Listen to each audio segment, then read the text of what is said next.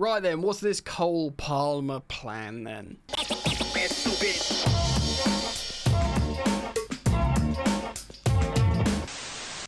Yo people, what's happening? Welcome back to Football Therapy with me, your host. Yeah, and I do hope you're doing well, mate. I genuinely do hope that. Welcome to Chelsea News, reacting to an article from Matt Law of the Telegraph speaking about Cole Palmer. Ice cold Palmer, that is. Young man, the biggest increase in Fantasy Premier League ever historically, going from 5 to 4.5 or 5 to 10.5 in one season. Whoosh! Massive astronomical increase. And the guy's on, I think he's on £76,000 a week. Yeah, he's the highest value Fantasy Premier League midfielder, trumping like, what's Kevin De Bruyne on, like nearly 400k a week? Still, we're going to see what's going on. Of course, Palmer was a young man coming from Man City, didn't really play much, and we didn't know how good he was. I mean, I'm not going to be that guy again. Actually, I am going to be that guy. I gassed up the signing of Cole Palmer, and I took so much heat for it. But here we are. But yes, Matt Law's written about his wages and the plan.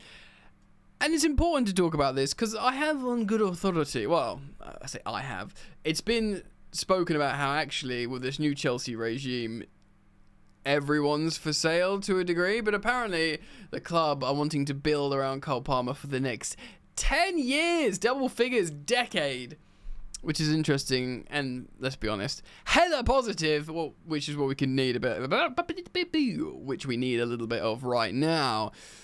So, you, my dear sweet friend, thank you for joining me. Strap yourselves in. Thank you as always for supporting the content. It's super easy to do so. Just drop a like on the video. Subscribe if you want to. Hit the bell if you choose to. And let's get into it.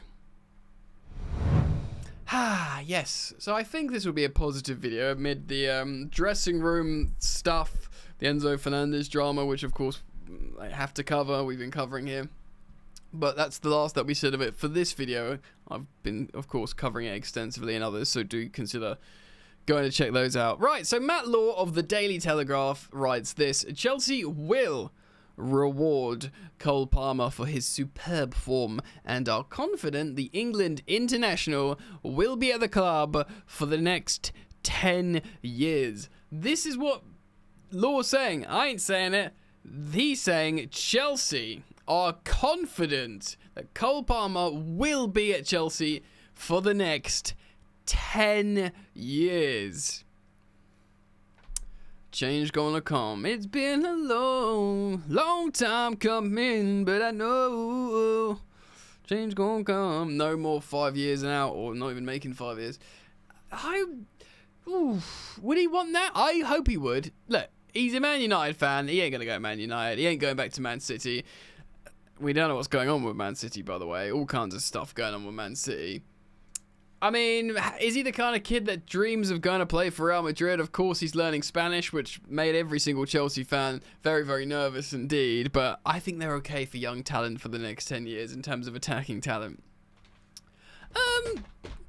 Yeah, man. Yeah, I think he'd probably want that, provided Chelsea don't regress into serious, you know, mediocrity. Mediocrity? Is that the word? Or we don't become bad for a long term. Yeah, why not stay at Chelsea? Palmer enjoyed an incredible first season at Chelsea, scoring 25 goals and maintained that form for England at the European Championship, scoring in the final and providing an assist in the semi-final, and just generally looking very good whenever he came off the bench for England. Yeah, he just looks good. Palmer never not looks good. He's wicked. The 22-year-old signed a 7-year deal with an option for a further months, which you'd have to imagine is absolutely going to be triggered. So 8-year deal on a deal worth £80,000 per week when he joined Chelsea from Man City last summer. I remember reading it was like 76, maybe 78. So it's actually under 80k a week. I think it's like a quarter. No, not, wait, what is it? It's like, yeah, I was gonna say a quarter of what, yeah, hold on, 70, let's just say 75. Yeah, it's less than a quarter of what Raheem Sterling earns at Chelsea, if it is, say, 75, 76. It's very, very little considering the value.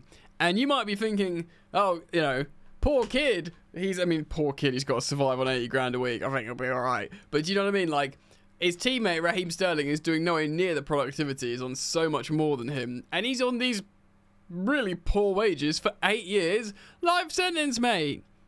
Or you might be thinking, "Whoa, that's good business from Chelsea, innit? Got that player for very little money and very little output." But we'll find out. That meant Palmer was at the lower end of the England wage scale during the summer, and his salary is not much more than what a quarter of Raheem Sterling earns at Chelsea. He's even referenced the Raheem Sterling thing. It's all there, clear as crystal. Chelsea are mindful of this and will reward Palmer with incremental wage rises to better reflect his importance and performances, although the expectation is that these will remain private. Rather than announce a new deal for Palmer, Chelsea are more likely to privately adjust the salary in his contract as a way of rewarding him. Yeah, you gotta keep him happy, because this dude needs to be like, you know, even if you're like patting yourself on the back, like, oh, we've got an amazing asset that we don't have a massive financial outlay of, you got to keep, part of the whole deal is keeping that asset sweet. You don't want Palmer going, look, mate, thank you, Chelsea, but I could be on 4 times this elsewhere. Here's a transfer. Here's a public transfer request. Get me out of Chelsea. You don't want that, right? So I dig it. I do respect that, and I think it's important that Chelsea give him more money. You know, look, football. Let's just be real for a second here. The wages and the money in football is vulgar. You know, especially, and yes, of course, I agree. This money should be reserved for the NHS, and doctors should get paid there, and you know, therapists and carers and all these people that make the real human difference. But the money is in football. I don't know why I'm going off on this like ethical rant here, but the money is in football. Where would you rather the majority of the funds go to the actual players and performers themselves, or the fat suits behind a desk somewhere? You put it that way, not so crazy. So it's really, I do respect the ownership, the Chelsea owners, from doing this, and I like that, and I do, again, to reiterate, I do really like the incentive-based contracts. I was chatting to someone earlier about this. I use the example often of Harry Kane. I feel like Kane has become the best all-round. I know this is difficult to say after he's just dropped a stinker in the Euros, but I still think he's the best in terms of his age profile, considering like where Benzema and Lewandowski are now. I think he's the best all-round number 9 in world football, like, who's still 30 or 31 and not, you know, mid-late 30s. And I think Harry Kane became that player because of incentive-based contracts, or at least that was a contributing factor. If you bowl up at a club and they just give you loads of P's, you might feel like, yeah, you know, I'm good enough, I own it. But if you're like, right, you get this amount, but if you push yourself and if you do better, you can make more money. It's like when people are in another job, they're in sales where they get a basic, but they're also on commission. Excuse me, so they're like, yeah, if they want to develop and get good and make money and be a success, they push themselves and get better. In all walks of life, football's no different. Let's read on. A source told The Telegraph Sport this, quote, Chelsea expect Cole to be at the club for the next 10 years. So, of course, they will look after him and they'll make his wages reflect his performances. There is no need to do this publicly or with grand announcements. The club will work with Cole and his representatives rather than doing their business in public. Sorry, I just had to have a coughing fit there.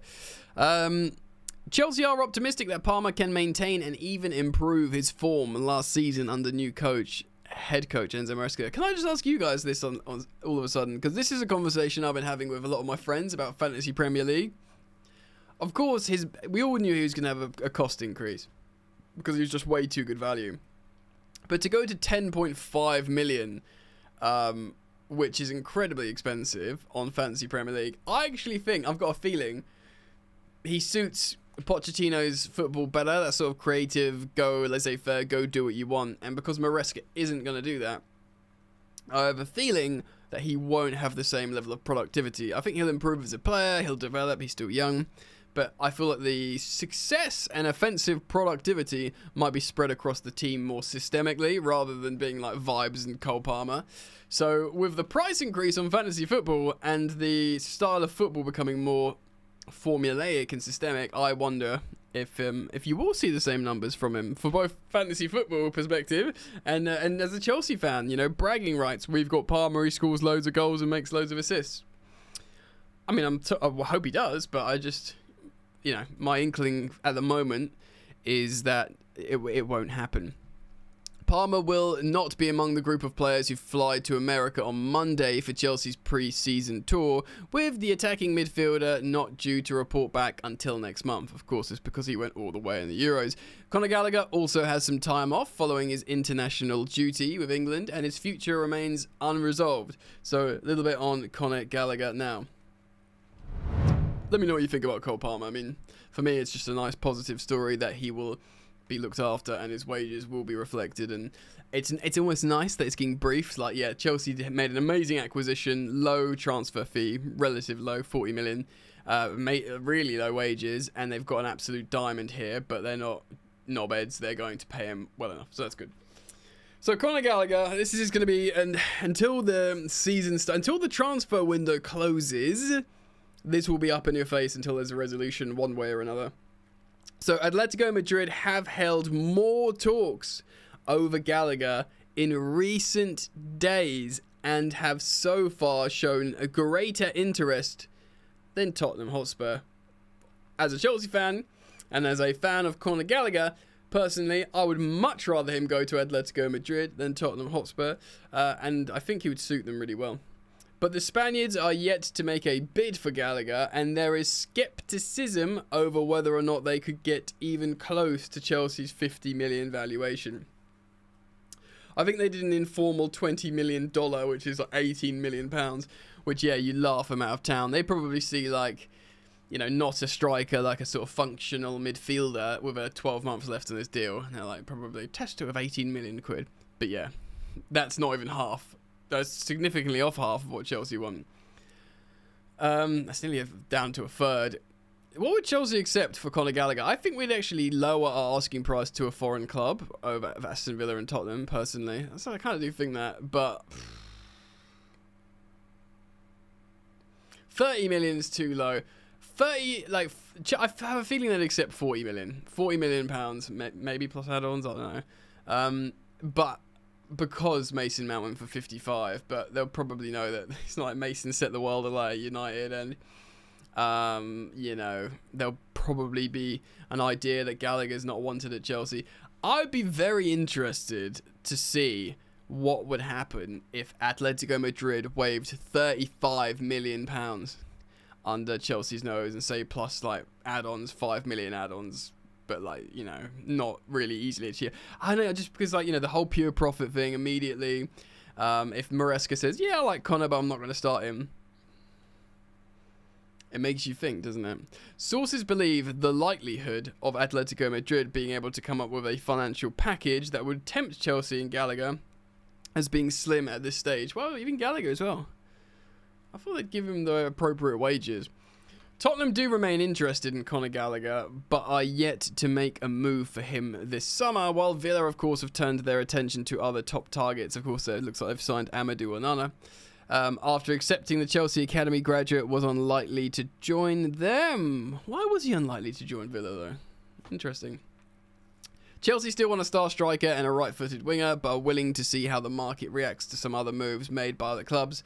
And also, you know, Maresca wants to fully identify and evaluate what he's got in the squad.